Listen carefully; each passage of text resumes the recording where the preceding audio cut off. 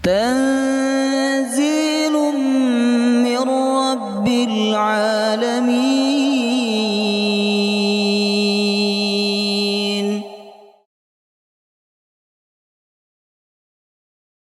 Assalamualaikum warahmatullahi wabarakatuh. Alhamdulillah, kita memuji dan bersyukur kepada Allah Subhanahu wa ta'ala. Pada malam hari ini kita dapat bersua kembali di dalam majelis ilmu. Semoga ilmu yang kita pelajari menjadi ilmu yang berkah dan bermanfaat. Amin ya rabbal alamin. Alhamdulillah, Allah Subhanahu wa ta'ala memberikan keistiqomahan kepada kita. Semoga panjang umur, sehat selalu. Amin ya rabbal alamin. Untuk malam hari ini kita akan mengkaji seputar Ramadan sebagai persiapan kita untuk menyambut datangnya bulan Ramadan. Adapun yang akan kita kaji, jemaah rahimakumullah, adalah istilah-istilah seputar Ramadan. Ya, istilah-istilah seputar Ramadan. Di dalam catatan saya ini ada kurang lebih 15 istilah. Kita tidak hanya memahami maknanya, tapi kita juga memahami hukum-hukum yang terkait dengan istilah tersebut. Ini sebagai persiapan ilmu bagi kita semua untuk menyongsong datangnya bulan Ramadan. Karena persiapan yang paling penting untuk menyambut ibadah kepada Allah itu adalah persiapan ilmu, Bapak Ibu. Ayat pertama yang turun kepada Nabi itu bukan perintah sholat, tapi perintah membaca. Iqra, bacalah. Jadi ilmu itu sangat penting. Agama ini dibangun dengan ilmu, bukan dengan ngawur, bukan dengan asal-asalan, dibangun dengan ilmu. Makanya orang beriman yang berilmu derajatnya tinggi. Allah berfirman, yarfa'illahu alladhina amanu minkum walladhina utul ilma darajat. Allah mengangkat derajat orang beriman dan yang berilmu dengan derajat yang tinggi, ya. Maka sebagai persiapan ilmu untuk menyambut Ramadan, kita akan memahami sekaligus mendalami hukum-hukum yang terkait dengan istilah-istilah seputar Ramadan. Nah, ada 15 istilah yang sering kita dengar atau kita ucapkan, Bapak Ibu. Istilah yang pertama adalah istilah yang paling awal sebelum datang Ramadan, yaitu marhaban. Marhaban apa artinya? Halo. Marhaban apa artinya? Selamat datang, ya. Sebenarnya marhaban bermakna bukan selamat datang, Bapak Ibu. Kalau selamat datang itu bahasa Arabnya ahlan wa sahlan. Kalau panjenengan datang ke Pontianak, di Pontianak itu ada gapura, ya. Masuk ke kerajaan Sultan Pontianak, ya. Itu ada gapuronya, tulisannya ahlan wa sahlan. Awak datang kami sambut. Kamu datang kami sambut, ya, itu bahasa Pontianaknya. Ahlan wa sahlan, selamat datang. Kalau marhaban, masa iya selamat datang juga? Kita ini kan suka ikut-ikutan. Orang buat banner marhaban ya Ramadan, selamat datang wahai bulan Ramadan. Kita lalu menerjemahkan marhaban itu selamat datang. Sebenarnya marhaban itu dari kata rahban, pakai ha, ya. Yang benar pakai ha, rahban. Rahban itu artinya lapang dan gembira. Marhaban ya Ramadan bermakna wahai Ramadan, aku sambut engkau dengan hati yang lapang dan gembira. Nah, itu makna dari kata marhaban, Bapak Ibu. Jadi konsekuensinya kalau kita menyebut marhaban, berarti kita menyambut Ramadan itu dengan lapang hati, dengan gembira, dengan bahagia, ya. Tentu kita sebagai orang beriman semakin mendekati Ramadan kan semakin bahagia, ya. Apalagi perpisahan kita dengan Ramadan sudah lama Bapak Ibu, ya, sudah kurang lebih 1 tahun kita berpisah dengan Ramadan. Nah, seorang anak yang berpisah lama dengan orang tuanya karena anaknya bekerja atau karena anaknya belajar, ya, atau karena anaknya tinggal di tempat yang jauh, tentu perpisahan yang lama itu membuat mereka saling rindu antara anak dan orang tua, sehingga ketika mendekati waktu kepulangan, itulah waktu yang sangat dirindukan dan membahagiakan Bapak Ibu. Seperti saya, kalau udah waktunya mudik itu hati berbunga-bunga, sampai kadang lupa yang mau pulang ke Malang, ya, saking senangnya ketemu sama orang tua. Jadi ada plus minusnya, ya. Kalau kita merantau itu ya ada plus minusnya. Plusnya apa? Kita dirindukan dan kita rindu kepada mereka, sehingga pertemuan itu betul-betul berkesan, jemaah rahimakumullah.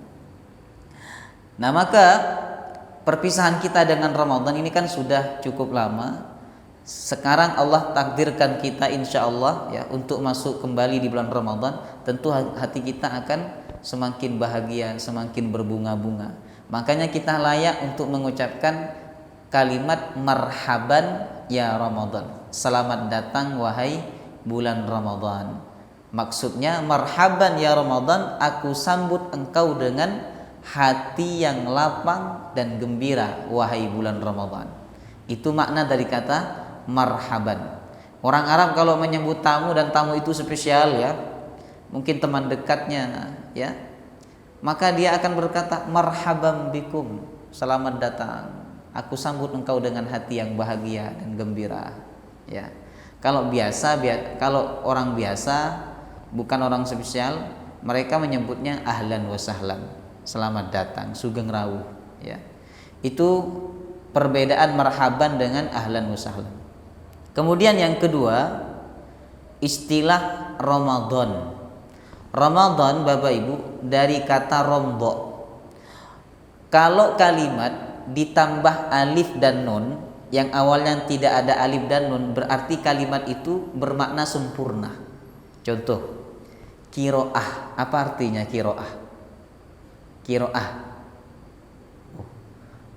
Masa enggak pernah dengar panjenengan? Kiroah, membaca, yaitu bacaan. Tapi kalau ditambah alif dan nun jadi Quran, itu maksudnya adalah bacaan yang sempurna. Makanya kita tidak boleh menyebut bacaan selain Al-Quran itu dengan istilah Quran, tidak boleh. Karena tidak ada bacaan yang sempurna melebihi daripada Al-Quran. Kita hanya boleh menyebut bacaan itu dengan istilah kiroah. Jangan pakai Quran. Quran itu khusus untuk firman Allah Subhanahu wa taala. Nah, Ramda makna aslinya adalah panas yang membakar, Bapak Ibu. Ketika ditambah alif dan nun menjadi Ramadan, ya, ada sedikit perubahan harokat. Nah, Ramadan maka maknanya adalah panas yang sangat sempurna sehingga dia dapat membakar. Karena memang dulu di Arab jahiliyah, ya, bulan itu merupakan bulan yang sangat amat panas cuacanya sehingga mereka menamai dengan Ramadan, ya.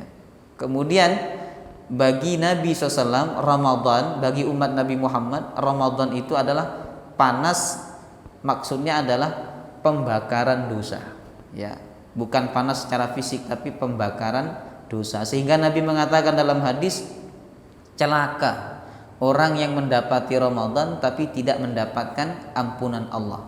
Nabi berani mengatakan celaka. Padahal Nabi itu enggak pernah berkata-kata yang seperti itu, Bapak Ibu. Enggak pernah melaknat, enggak pernah nyumpahin orang lain celaka. Tapi khusus golongan ini, umatnya yang masuk Ramadan kok enggak dapat ampunan Allah, Nabi mengatakan celaka kon. Kamu celaka. Ini menunjukkan betapa mudahnya umat ini mendapatkan ampunan Allah di bulan Ramadan. Sehingga ketika tidak mendapatkan ampunan Allah, Nabi mengatakan dia orang yang celaka. Nah, itu makna dari kata Ramadan. Ramadan hanya disebut satu kali dalam Al-Quran. Surat apa? Al-Baqarah 185. Hanya satu kali. Bunyi ayatnya, Syahrul Ramadan alladzi unzila fihi al-Quran. Ya. Syahrul Ramadan. Ya. Jadi hanya disebut satu kali dalam Al-Quranul Karim. Kemudian yang ketiga, ini nanti kalau tidak selesai ya, saya lanjutkan mungkin di Sabtu ketiga, karena kita pekan depan masih ada pertemuan lagi Bapak Ibu, Sabtu ketiga subuh ya. Yang ketiga, istilah tarawih. Tarawih pakai hak. Tarawih itu satu akar kata dengan roha. Roha biasanya disingkat oleh orang-orang kita dengan rehat. Berarti tarawih itu maknanya apa? Istirahat. Salat tarawih, salat yang ada istirahatnya. Jadi yang benar Bapak Ibu, salat tarawih itu habis salam jangan langsung berdiri, istirahat dulu. Kalau langsung berdiri, Assalamualaikum warahmatullahi, Assalamualaikum warahmatullahi, Allahu Akbar, itu bukan sholat tarawih. Sholat apa namanya itu? Kejar tayang. Sholat kejar tayang itu hadirin. Namanya sholat tarawih itu habis salam istirahat dulu. Makanya kan kiai-kiai ya, kiai-kiai kita zaman dulu ya, itu habis salam yang pertama kan ada baca sholawat biasanya kan di sebagian masjid, Shollu ala Nabi Muhammad, baca sholawat. Nah itu sebenarnya nggak ada tuntunannya Bapak Ibu, nggak ada tuntunannya. Tapi kenapa kok diadakan? Sebenarnya itu supaya orang-orang pada istirahat dulu. Karena namanya sholat tarawih, sholat yang ada istirahatnya. Kok istirahat? Karena sholat tarawih itu di zaman Nabi, di zamannya para sahabat, ulama-ulama salaf bacaannya panjang. Makanya habis sholat orang kan capek, ya istirahat dulu. Nah sekarang permasalahannya bacaannya pendek, kulhu. Ya, rakaat pertama inna ataina, rakaat kedua kulhu. Nah capek, enggak juga hadirin, ya. Sholat cuman 1 menit udah selesai. Ini tuh, ya seperti ayam yang mematok atau burung yang mematok-matok kata Nabi. Ya, itu sholatnya tidak sempurna. Nah, maka yang benar sholat tarawih itu habis salam istirahat dulu, tenang. Imam kalau paham nggak langsung berdiri. Semua itu kalau sholat dalam kendali imam. Makmum nggak bisa mengendalikan cepat atau lambatnya sholat itu. Semua tergantung pada imam. Mau makmumnya batuk sekalipun, kalau imamnya tetap panjang ya panjang. Ya. Jadi semua tergantung pada imam. Makanya imam itu wajib berilmu tentang sholat. Kalau dia tidak berilmu tentang sholat, tidak layak dan tidak pantas untuk diangkat sebagai imam. Ya. Kalau dia paham, habis salam dia nggak langsung berdiri, dia santai-santai dulu, tenang dulu. Apalagi bacaannya panjang. Nah setelah itu baru dia berdiri. Ya. Orang kan kalau terburu-buru itu 80% Bapak Ibu, insya Allah sholatnya nggak khusyuk atau susah untuk khusyuk, terburu-buru. Tapi kalau santai dulu, menikmati. Panjenengan kalau makan terburu-buru, ya, karena ngejar waktu terburu-buru, kan nggak enak makannya. Ngoten. Yang ada perut bisa kaget jadi sakit Bapak Ibu. Ya. Tapi kalau makan pelan-pelan, dinikmati, ya. Nah, ini akan lebih sempurna. Sama dengan sholat ya. Habis salam sholat tarawih tenang dulu, ya. Kemudian baru berdiri sholat yang berikutnya. Nah, makanya karena sholat tarawih itu bacaannya panjang, habis salam pertama istirahat dulu. Nah, berapa rakaat sholat tarawih itu ulama berbeda pendapat ya. Tapi kalau kita mau jujur ya, jujur itu maksud saya kita mengikuti pendapat ulama mazhab yang 4, Hanafi, Maliki, Syafi'i, Hambali, itu semuanya sepakat 20. Mekah, Madinah pun 20 Bapak Ibu. Ya. Di zaman Nabi memang sholat malam baik di malam Ramadan maupun di luar Ramadan itu tidak lebih dari 11.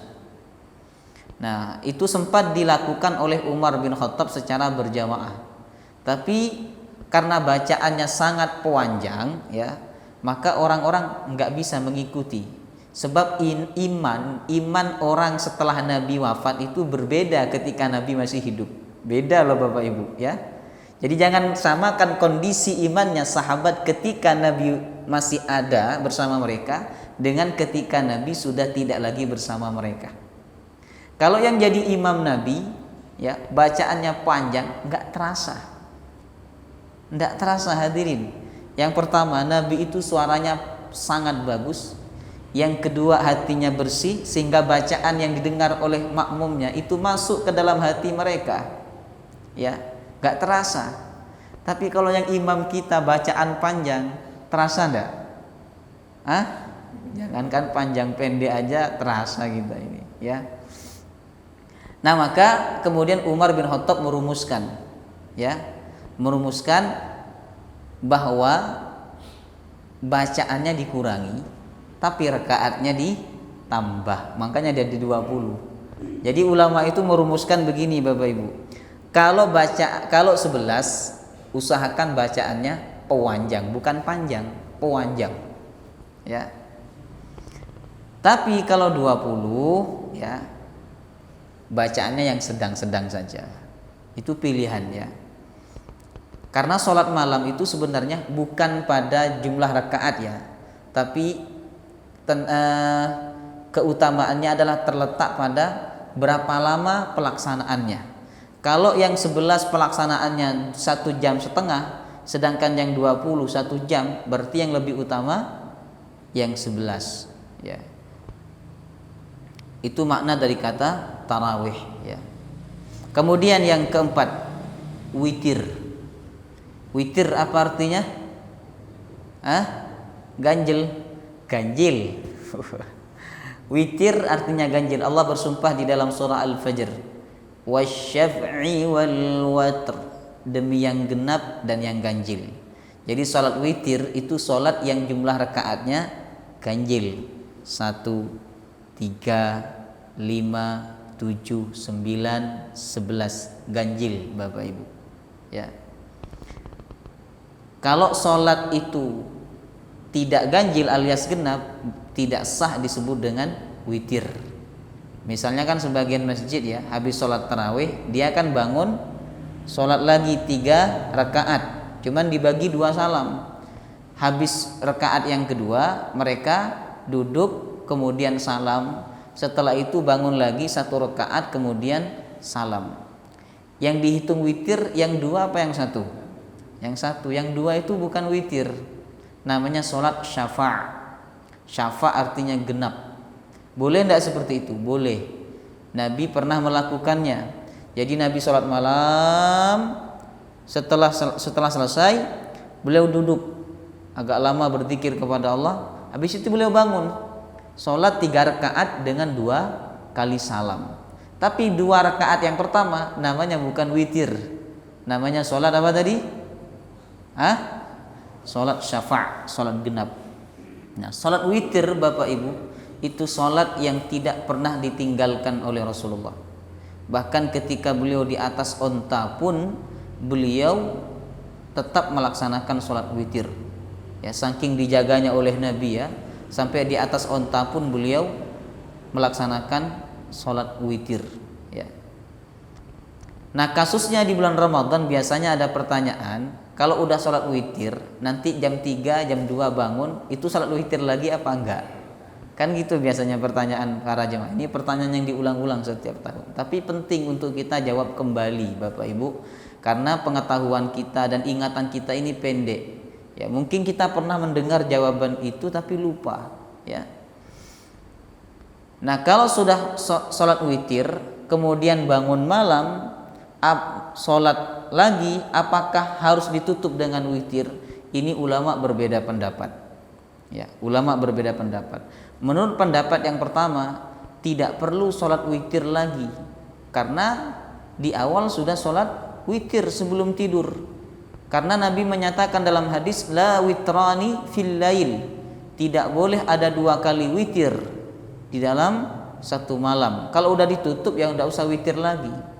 Berarti sholat sunnah yang lainnya. Kemudian pendapat yang kedua, tetap witir lagi. Karena Nabi bersabda, ija'alu akhir salatikum bil laili bil witri. Jadikanlah akhir sholat malam kalian itu dengan sholat witir. Berarti kan kalau menurut hadis ini sholat witir lagi. Jemaah rahimakumullah. Ini perbedaan pendapat. Panjenengan mau sholat witir lagi ya boleh. Enggak sholat witir lagi, betul nopo-nopo. Ya. Yang enggak bener itu yang enggak sholat.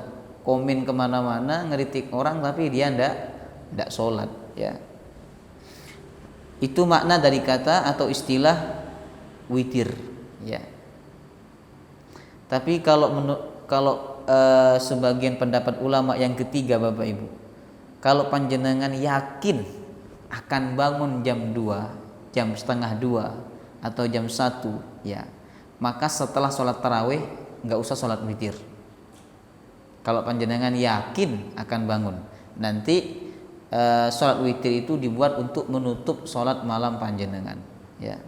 Itu pendapat pertengahan ya, kalau kita betul-betul yakin. Tapi kalau kita tidak yakin ya lebih baik sholat witir habis sholat tarawih. Nanti bangun lagi mau sholat witir monggo, mau enggak boten nopo-nopo ya. Kemudian yang kelima, istilah yang kelima hadirin, tadarus. Tadarus, apa artinya tadarus? Ayo, tadarus apa? Kalau disebut tadarus, apa yang terbayang dalam benak panjenengan? Orang berkumpul ngaji, kan gitu. Yang satu membaca, yang lain mendengarkan. Sebenarnya tadarus itu Bapak Ibu dari kata darsun. Darsun artinya pelajaran. Kalau ada tambahan ta dan alif jadi tadarus, itu maknanya saling memahami, saling mendengarkan. Yang satu menyampaikan, yang lain mendengarkan dan berusaha memahami. Ini namanya disebut dengan tadarus. Sekarang kita ini tadarus, tapi bukan tadarus Quran, kita tadarus ilmu ya. Saya menyampaikan, panjenengan mendengarkan ya, berusaha memahami. Nah, kalau itu ingin dikaitkan, disandarkan kepada Quran, berarti yang satu membaca Al-Quran, yang lain mendengarkan. Nah, ini yang disebut dengan tadarus. Hukumnya sunnah di malam-malam Ramadan. Adapun di luar malam Ramadan, hukumnya tidak sunnah Bapak Ibu. Hanya di malam Ramadan sunnah tadarus. Ya, sunnah tadarus. Yang satu membaca, yang lain mendengarkan. Ini pernah dilakukan oleh Rasulullah bersama malaikat Jibril. Di dalam hadis Al-Bukhari ya, setiap malam malaikat Jibril itu datang kepada Nabi, kemudian malaikat Jibril membaca Al-Quran, Nabi mendengarkan. Atau sebaliknya Bapak Ibu, Nabi yang membaca, malaikat Jibril yang mendengarkan. Ini sunnah ya, sunnah setiap malam-malam Ramadan. Nah, lebih utama mana? Baca sendiri atau tadarus? Dua-duanya sama utama ya. Kalau panjenengan baca sendiri hanya mendapatkan pahala membaca Al-Quran. Tapi kalau panjenengan tadarus, dua yang panjenengan dapatkan. Pertama pahala membaca dan mendengarkan, kemudian yang kedua pahala tadarus ya. Sunnah hukumnya. Tadarus Al-Quran di bulan Ramadan hukumnya sunnah. Ini menunjukkan bahwa membaca Al-Quran di bulan Ramadan itu sesuatu yang amat sangat ditekankan Bapak Ibu ya. Ada seorang ulama namanya Imam Malik.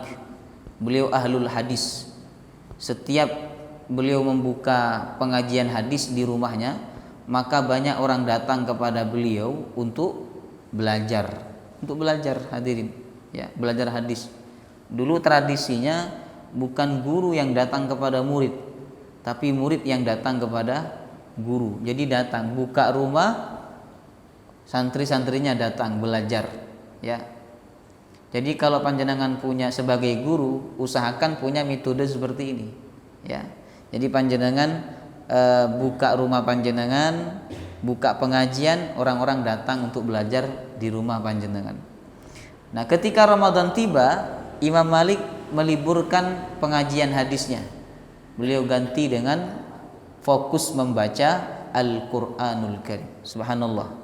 Jadi Ramadan itu identik dengan Al-Quran, Bapak Ibu. Karena Allah berfirman, Syahrul Ramadan alladzi unzila fihil Quran. Bulan Ramadan adalah bulan diturunkannya Al-Quran. Jadi sangat identik banget dengan Al-Quran. Siapa yang mengaku memuliakan Ramadan, pasti dia akan banyak meluangkan waktu untuk Al-Quran. Al-Quran, Al-Quran, Al-Quran, Al-Quran. Nah, supaya hatam 1 juz, saya kasih teorinya. 1 juz, mohon maaf. Satu kali hatam 30 juz. Ya, ada teorinya. Teorinya gampang banget. Tapi prakteknya yang susah. Ya. Bagi penghafal Quran itu wajib murojaah sehari minimal 1 juz. Itu kalau hafalnya sudah lancar. Kalau belum lancar ya 5 juz hadir. 1 juz pun susah untuk mempertahankannya. Ya, karena sedikit. Tapi kadang laki-laki punya kewajiban untuk mencari nafkah, sehingga dia minimal 1 juz lah penghafal Quran itu. Nah, saya kasih rumusnya kepada panjenengan supaya bisa khatam 30 juz Ramadan. Ya. Jangan sampai enggak khatam sama sekali ya. Malu kita sama Allah, ya. Setahun ini kita habiskan untuk urusan dunia. Setahun ini kita habiskan untuk memikirkan perkara-perkara di luar Al-Quranul Karim. Nah, Ramadan kesempatan kita untuk banyak waktu untuk Al-Quran, Bapak Ibu. Nah, kan 1 juz itu ada berapa lembar? Ada 10. Nah, 10 bagi 2, 5. Ya, jadi 5 kali. Itu dibaca setiap sholat 5 waktu. Jadi habis duhur 2 lembar, habis asar 2 lembar, habis maghrib. Nah, ini yang berat ini. Berat. Nah, oke, habis maghrib 2 lembar ya. Habis isya 2 lembar. Habis subuh 2 lembar. 1 juz hadirin. Atau dibagi 10, maksudnya begini. 1 lembar sebelum duhur, 1 lembar setelah duhur. Itu lebih mudah.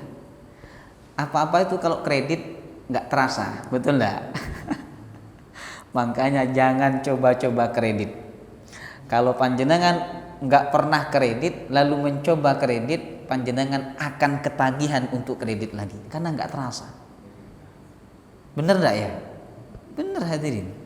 Ya, itu cerita orang-orang yang kredit ya. Dan saya pernah dapat sasaran video. Anda jangan pernah kredit. Bagi Anda yang tidak pernah kredit, jangan pernah coba-coba untuk ngambil kreditan. Karena Anda akan ketagihan. Baik, 100 juta ya bisa jadi 120, cuma tidak terasa hadirin ya. Nah, sama kalau kita masalah dunia ya, kredit itu nyaman, tidak terasa walaupun jumlah sebenarnya lebih banyak daripada yang cash ya. Nah, coba kita praktekkan kepada Al-Quran. Dicicil sebelum duhur 1 lembar, habis duhur 1 lembar, sebelum asar 1 lembar, habis asar 1 lembar, sebelum maghrib ini yang harus banyak ini juga, sambil menunggu buka puasa ya, jam 3:30, jam 4:30, jam 5 ya. Jangan ngabuburit ya, keluar kemana cari malam, padahal malam nggak usah dicari, itu akan datang dengan sendirinya ya. Nah, sebelum maghrib 1 lembar, setelah maghrib 1 lembar, sebelum isya 1 lembar, setelah isya 1 lembar, sebelum subuh 1 lembar, setelah subuh 1 lembar, 1 juz hadirin. Akan lebih ringan ya. Akan lebih ringan sehingga insya Allah dengan begitu panjenengan bisa khatam Quran minimal 1 kali di bulan Ramadan. Enggak apa-apa kita enggak bisa nyaingi Imam Syafi'i. Imam Syafi'i itu 60 kali Bapak Ibu. Ya, kalau kita 1 kali sudah alhamdulillah luar biasa itu ya. 1 kali udah luar biasa. Nah, maka usahakan hatam ya. Ramadan tahun ini target khatam. Masalah nanti bacaannya bener apa enggak, yang penting kan panjenengan sudah belajar. Pokoknya dibaca aja dulu, ya. Ya, menghatamkan. Nah, kalau bisa khatam dengan terjemahannya itu lebih mantap lagi. Panjenengan pernah membaca Quran dengan terjemahannya 30 juz, itu tambah mantap. Jadi usahakan khatam Bapak Ibu. Nah, untuk khatam itu dicicil gampang. 1 lembar sebelum duhur, 1 lembar setelah duhur. Pokoknya 1 lembar sebelum dan setelah sholat. Lebihnya boleh kita baca buku, ya, atau kita mau ngaji taklim, boleh, silahkan. Tapi Al-Quran usahakan targetnya khatam 30 juz, ya. Kemudian yang keenam ada istilah siam. Siam kalau pakai bahasa kita diartikan puasa, ya.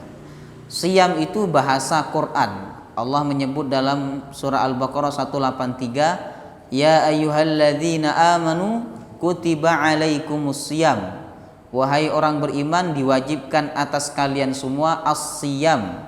Kalau siyam gak ada alnya, berarti semua puasa wajib. Karena disebut dengan al, as-siyam, berarti tidak semua puasa wajib. Yang dimaksud adalah puasa Ramadan. Walaupun puasa wajib itu tidak hanya puasa Ramadan Bapak Ibu. Coba sebutkan puasa wajib apa saja? Puasa Ramadan. Puasa apa lagi? Puasa nadar. Puasa apa lagi? Puasa? Nyaur hutang. Puasa qadha, wajib. Puasa apa lagi? Mikir kayak pernah belajar gitu ya. Apa? Pura-pura mikir panjenengan. Ramadan, nadar, kemudian puasa qadha, ya. Puasa kafarah. Puasa kafarah. Nah, kalau suami istri melakukan hubungan di siang hari Ramadan kan kena kafarah. Kafarahnya adalah memerdekakan budak. Kalau dia tidak mampu, puasa 2 bulan berturut-turut. Ya, nah itu hukumnya wajib. Nah itu puasa yang wajib untuk dilakukan Bapak Ibu. Artinya selain itu puasa hukumnya sunnah. Macam-macam hukum puasa itu, ada yang haram seperti puasa hari raya Idul Fitri maupun Idul Adha, puasa di hari tasyrik. Ada puasa hukumnya makruh, yaitu puasa khusus pada hari Jumat tanpa diawali hari Kamis atau ditambah dengan hari setelahnya, ya, hukumnya makruh. Ada puasa yang hukumnya sunnah. Sunnah maksudnya banyak sekali, ya, Senin Kamis, Ayyamul Bid, kemudian puasa Syawal, puasa Sya'ban, puasa di bulan-bulan haram, banyak sekali. Jadi yang disebut dalam Quran as-siyam itu maksudnya adalah puasa Ramadan. Nah, puasa Ramadan kewajibannya telah dinaskan dalam Quran. Artinya siapa yang mengingkari puasa Ramadan berarti dia telah mengingkari 1 ayat dalam Al-Quran. Siapa yang mengingkari 1 ayat dalam Quran berarti dia telah kafir, ya. Nah, siam atau puasa secara bahasa artinya adalah menahan Bapak Ibu, menahan. Menahan. Apa yang ditahan? Bukan hanya menahan dari makan dan minum, tapi juga menahan lisan, ya, menahan pandangan. Makanya Nabi kan mengajarkan kepada kita, kalau ada orang mengejek ketika kita puasa, maka ucapkan apa? Inni, apa ucapan kita? Kalau ada orang mengejek ketika kita puasa, inni shaim, saya sedang berpuasa. Ingat, bukan pamer, tapi mengingatkan diri sendiri, mengingatkan lidah, mengingatkan mata. Wahai mataku, wahai lidahku, aku sedang berpuasa. Nanti aja habis maghrib. Tidak boleh, ya, kalau kita berjanji seperti itu. Kadang orang punya dendam, dan setiap manusia diberikan fitrah seperti itu, ya. Hanya permasalahannya dia bisa menahan dan mengendalikan dendam itu ataukah tidak. Sehingga ketika dia diejek saat puasa, dia memang tidak melawan, tapi dia punya niatan nanti akan membalas habis maghrib. Nah, ini tidak boleh, dan itu tanda puasanya nggak diterima sama Allah Subhanahu wa taala. Itu makna dari kata siyam. Kemudian yang ketujuh, sahur. Ya. Sahur apa artinya sahur? Sahur itu lebih kepada waktu ya, bukan sifat atau perbuatan. Sahur itu menunjuk kepada waktu. Waktu sepertiga malam terakhir disebut oleh Al-Quran sebagai waktu sahur. Kalau kita istighfar di waktu itu namanya istighfar sahur. Kalau kita makan di waktu itu namanya makan sahur. Nah, makan sahur hukumnya sunnah Bapak Ibu. Sunnah. Hukumnya sunnah. Saking sunnahnya Nabi mengatakan sahurlah kalian walaupun hanya dengan seteguk air. Karena di dalam makan sahur itu ada keberkahan. Allah dan para malaikatnya bersolawat. Artinya Allah menurunkan rahmat, sedangkan malaikat memohonkan rahmat kepada Allah untuk orang yang sahur. Maka Nabi mengatakan janganlah kalian meninggalkan makan sahur walaupun hanya dengan seteguk air. Sahur itu sunnahnya mepet subuh, ya, sekitar setengah jam atau 20 menit sebelum subuh sunnah banget untuk melaksanakan makan sahur. Dan tidak dianjurkan makan sahur itu terlalu awal, jam 3, jam setengah 3, karena akan membuat kita cepat lapar hadirin, ya. Tapi kalau sahurnya misalnya subuh jam 4, sahur jam setengah 4, jam 4 kurang 15, jam 4 kurang 20, itu pas, ya. Kemudian sahur sunnah dengan kurma kering apa basah kalau sahur? Kalau sahur itu pakai kurma kering sunnah. Kalau berbuka sunnahnya dengan kurma basah, ya. Sudah masuk isya ya?